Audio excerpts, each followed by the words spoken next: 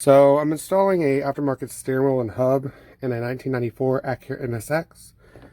Already got the stock steering wheel off. It's down there. And getting it ready to put the hub on. So what I'm having to do is solder some wires to the original connector for the cruise control to work. We're actually doing a cruise control adapter plate hooked up to the aftermarket wheel, so we still have cruise control. I'll show more pictures in a minute. So one thing I did to find out which wire goes where, I did take apart the cruise control switch on the steering wheel and find out which wire does what. This one's set, this one's resume, and this is the ground and horn, which are both looped together. As you see right here, if I take this, the ground wire is the very far left one. If I touch it to this, horn works.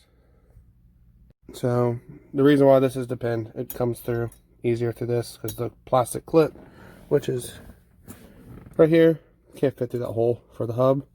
So I depinned it, pulled it through, and also doesn't click against another connector I just did. And here's the cruise control button. So if you look at this, you'll see I did the negative, and this off here.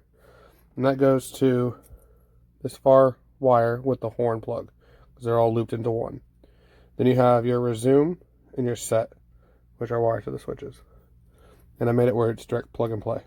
So no messing around. It makes it easier. See you together in a minute. So here's driving the car. As you see, the foot on the gas. Cruise control is now working. This is the resume. This is set. This is just blank, so it doesn't do nothing. So horn works. If you hold this, it'll accelerate. If you hold this, it decelerates.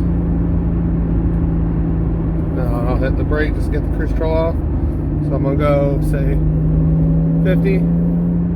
It's set. Cruise control. There you go. Fully workable.